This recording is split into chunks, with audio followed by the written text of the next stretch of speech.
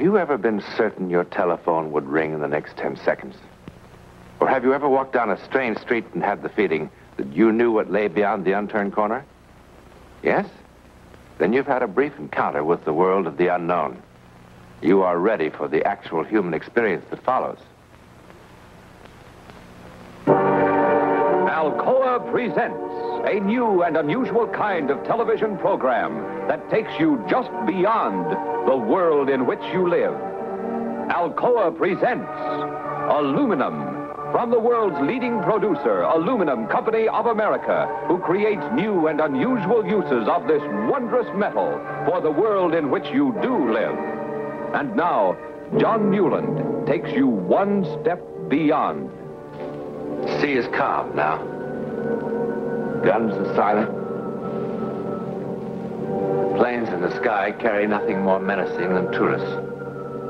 All things considered, it's a good time in the world. But it wasn't always so good or quiet. Not so very long ago, the sea was a battleground. The sky was filled with death. World War II. It hardly seems real to some of us now. Something consigned to history books. But there were things that happened that never made the history books because they were too incredible to be recorded. That is, except in the memories of the men involved. They remember and will certainly never forget.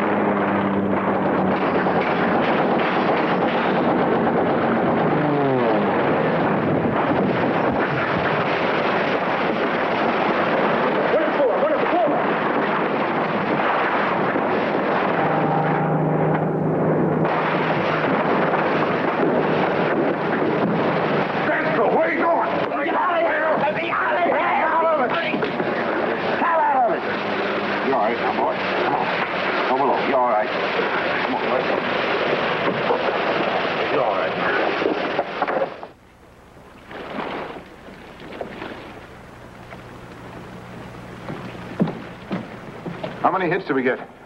2, sir. Nothing serious. All right. Secure all battle stations. Secure all battle stations. Secure all battle stations. Well, I hope it's the last we see of them for a while. Sir, all gun crew reports secured. What was the foul up on number 1 gun? Driscoll came unglued, sir. Well, take him below and have Harris tend to him. I did, sir, but Harris is in no condition to treat a sick dog. Again? Yes, sir, again. The engineer and officer report, sir, the electrical board is out. Be at least 6 hours before repairs are completed. All right, boats. Aye, sir. Well, this is sure a lucky day. So for 6 hours, we just sit here. Wonder how long it'll be before one of their reconnaissance planes spots us. It'd be quite an afternoon, sir. Could be. What do you suppose made young Driscoll crack up? He'll be all right. I'm not worried about him. Harris? Yes. I think I understand, Harris. Well, I don't, sir.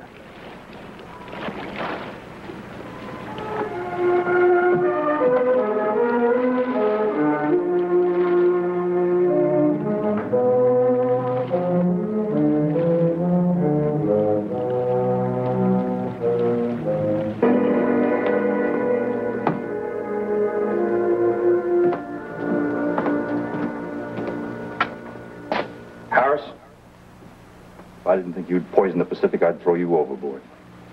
Wouldn't that be against Navy regulations, sir? Knock it off and stand up. That's going to be a little bit of a problem. Knock it off and stand up!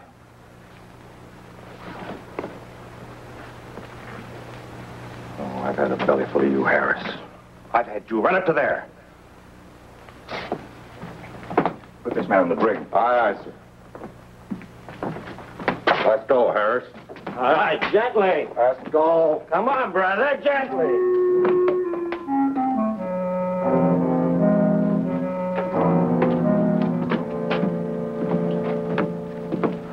Sir?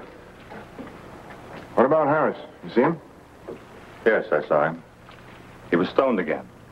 I had to put him in the brig. That's the third time in 2 weeks. May I speak frankly? Since when do you have to ask?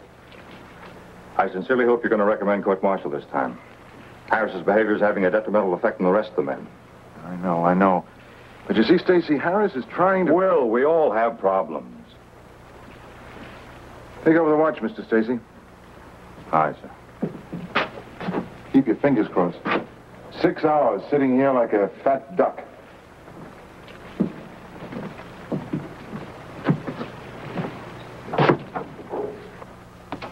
On your feet, Harris. On your feet. All right. That's all, Bosun. Aye, aye, sir.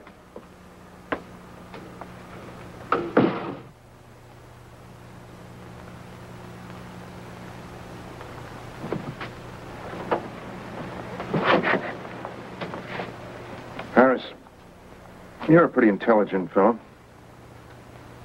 Do you know what being drunk during a battle means? You know what a court-martial would do to you? Yeah, up against the wall. And bang, bang, bang. Harris, you had me pretty confused. I mean, at first. Why would one of the best men in my ship suddenly turn into the Navy's #1 fowler? You drink a little, you forget your troubles. What's wrong with that? You ought to try it, Captain. Maybe you could forget how we're stuck out here all by our lonesomes. Who knows, you might even forget the whole lousy war.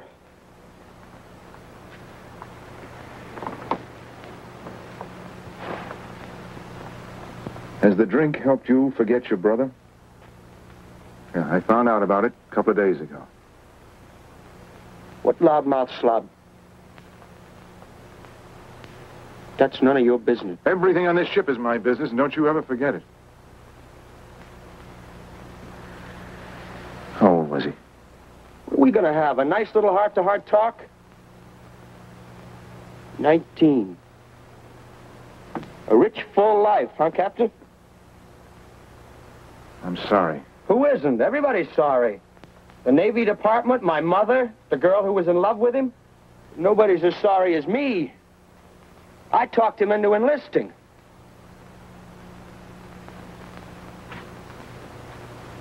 You want to have a good laugh while we sit out here on the quiet Pacific? This kid brother of mine decided he wasn't going to fight. He and his girl were going to get married, and they were going to be medical missionaries. Take penicillin and the word of the Lord to the Hottentots. But after Pearl Harbor, I had a nice long talk with little brother. Made him see the error of his ways. You should have heard me, Captain. You would have been real proud. I used every cliche in the book. I didn't miss a one. You have to do God's work with a gun before you can do it with a medicine and a hymn book. I even said that. Well, isn't that about true? Captain, you're not going to tell me my kid brother died for any noble cause. Come on, he died because a bomb exploded, period. End of report.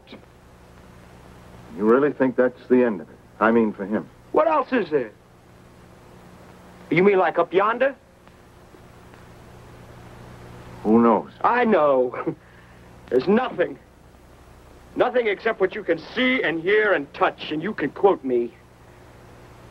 This is real. This lousy ship, this stinking brig. You and that little gold braid. That's real. There isn't anything else. There's nothing else. That's also real, Harris. And if that's the only reality, God help us. If you have to hate somebody for killing your brother, try hating the enemy.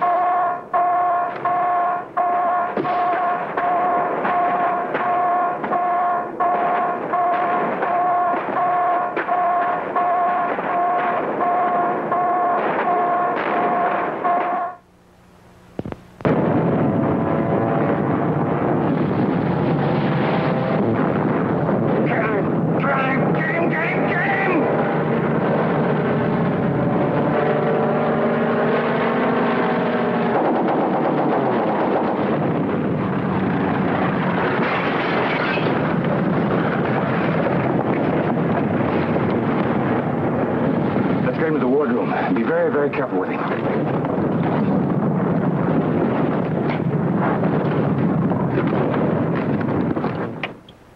But, sir, you know we're under strict orders not to break radio silence. Just do as I tell you. Contact the heavy cruiser Athena and tell them I want to talk to their chief surgeon.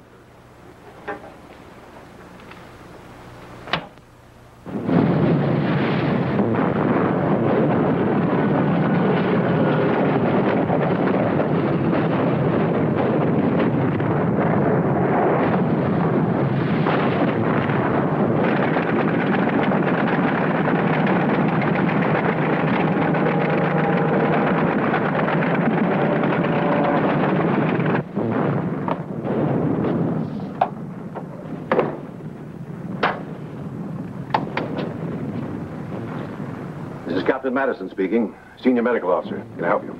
This is Lieutenant Commander Stacy. Commander Fielding, our skipper's badly hurt. He's bleeding to death. We don't know what to do. Fielding? Bill Fielding?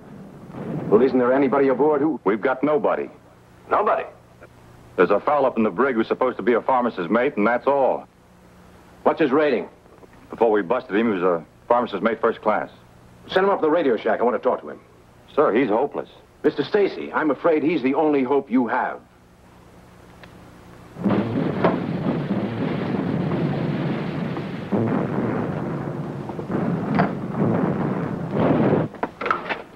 On your feet, Harris. Welcome to my home away from home, Mr. Stacy. On your feet.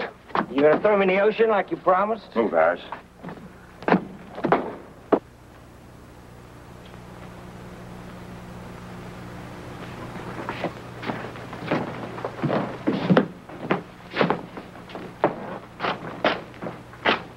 Come on, Harris. Check that shrapnel wound in his neck. We need to know just how serious this is. Now, wait a minute. I'm no doctor. You check it, Harris.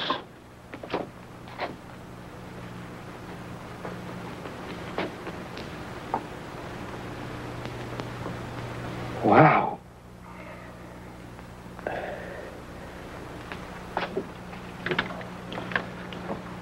Harris is with me now. Here he is. Tell him what you told me. I examined Commander Fielding. What did you find, Harris? He's got a hunk of shrapnel in his neck. Exactly where? It's on the left side, a couple of inches above the shoulder. How bad's the bleeding? Well, it's pretty bad. Mr. Stacy tells me you're a pharmacist's mate first class. I was. At the moment, I'm a prisoner of war. Stop clowning. What do you want him to do, sir? How long will it take to rig a loudspeaker in the wardroom? A couple of minutes. Get some men on that. Good. Now have Harris break out the instruments and start scrubbing. Contact me later. Yes, sir. What's he talking about? What for? Get to the wardroom on the double. What for? Get to the wardroom, Harris! The way I feel, I couldn't take the nail out of a bedpost. What if I say I just won't do it? What are you going to do, shoot me? You're going to do it. Look, can I get this through your head? Even if I was feeling okay, I couldn't do it. Madison's one of the best surgeons in the fleet. If he thinks it might work, that's good enough for me. Yeah, but the skipper's not a bad guy. This is like killing him. And if we do nothing, what happens then? Here.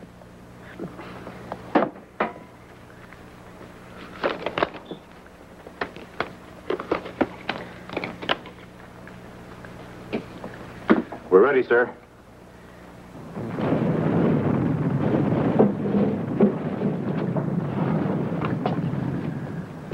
Have you started the plasma? Yes, sir. Look, sir, I got the shakes so bad I can't do this. Is he still unconscious? Did you hear what I said? Is he still unconscious? Yes, yes. All right, good. Now, we can't risk using anesthetic in his condition. Sir, will you please listen to me? Now, you listen to me. This is tough. We're stuck. You're going to do it. You're going to follow my instructions quickly and carefully. You're going to do exactly what I tell you to do. Your skipper happens to be a very good friend of mine.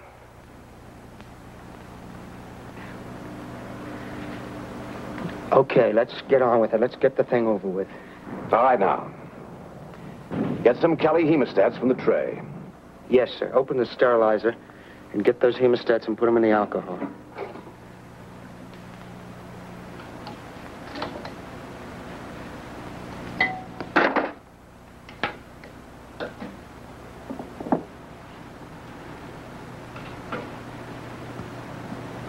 All right, sir.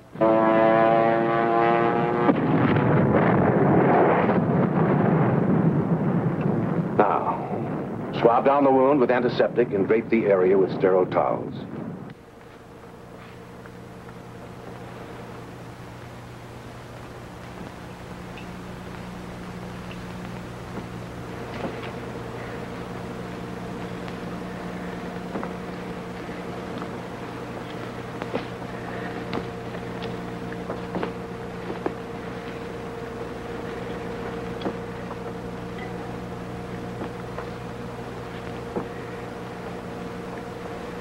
Okay, sir, that's done. Sir? Dr. Madison? Dr. Madison, are you there? Yes. All right now, Harris. The first step is to clamp off the small veins. Tie them with the suture. You'll see which ones I mean when you begin. If we're lucky, you'll have no difficulty locating them.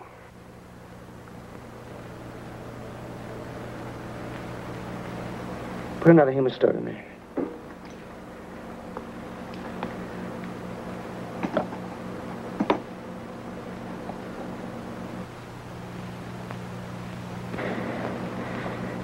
Okay, sir.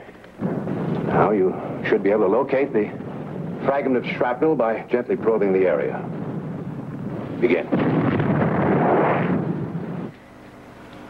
You better find it.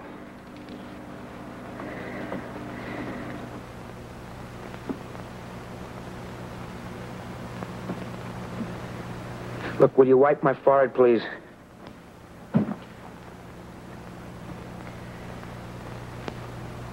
Have you found the fragment? Yeah, I found it. What's the exact position? It's just left of the jugular vein. Almost touching it. I was afraid of that. Now listen closely, Harris. That's the critical point. You mustn't, under any circumstances, allow the jugular to be severed. Now, the edges of the shrapnel are undoubtedly jagged. It must be removed with extreme caution. Okay. Now, don't get rattled, Harris. Yeah, that's easy to say. Just take it easy for a couple of seconds. Take a couple of deep breaths. Yeah, take a couple of deep breaths. What's that gonna do, huh? Harris? Okay, let's go. Let's get started. All right. The veins are tied? Yes, they're tied. Very well. Now, grasp the fragment with the hemostat. Gently, firmly. Yeah. I had it. It slipped away. Try again, Harris. Now, try to be just a bit firmer. Once you have the clamp around the fragment. It is jagged, isn't it? Well, it's like a top of a tin can. Are you all right, Harris? Yeah, I got it now. Good. Now, the removal of the fragment is the most delicate part of the job. Now, you've got to let me guide you. One wrong move. What is it? What's that? Oh, no, they've broken contact. Oh, not now. Oh, come on, not now. Well, if we don't get that thing fixed, he'll die. I'll go up to the radio shack and try to get through. Don't try anything by yourself, you hear me? Oh, hurry, sir. Hurry!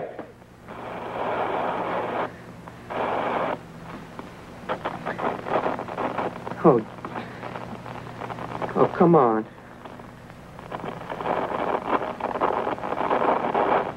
Come on, please.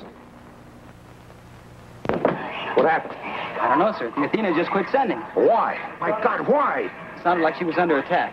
Maybe they knocked the antenna out. I haven't been able to raise a thing. Contact one of the other ships. Anyone. Find out what happened. I'll try, sir. 7-2, break.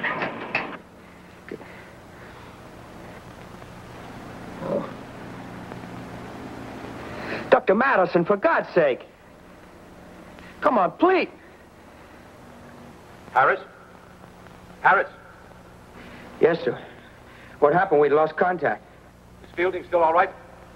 Yeah, he's still breathing. Well, let's get on with it. Oh, the clamp slipped. Look, I'll have to reach the fragment again.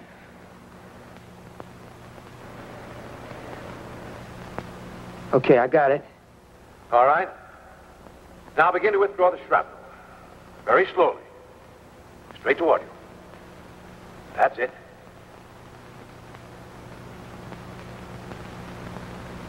No, straight toward you. Carefully. Stop. I think he's gaining consciousness. That does not happen, Harris. He can move and lacerate the jugular. Now hold the fragment exactly as it is. Do you understand? Be very calm. It's okay, we're in luck. He's passed out again. Slowly. Firmly pull slightly upward on the fragment. Slow. Good. Now never take your eyes off the jugular. Up. Now. Straight again. Straight toward you. That's it. I got it. You're not finished yet, Harris. Now, you must tie off the deep bleeders as you did the outer ones. Use the hemostats to clamp them off.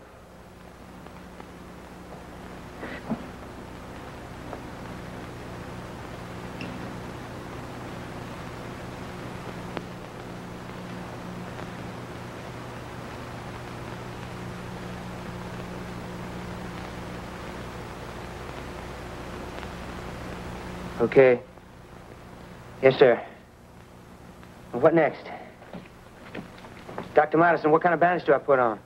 Harris. What next? Yeah. I told you not to go on without Madison. I didn't. What do you mean you didn't?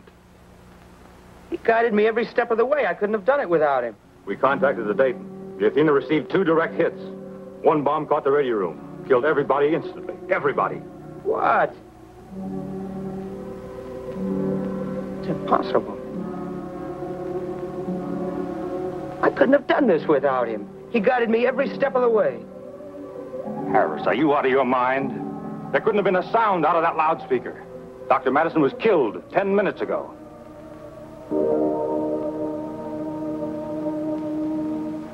Lieutenant Commander Stacy was right about one thing.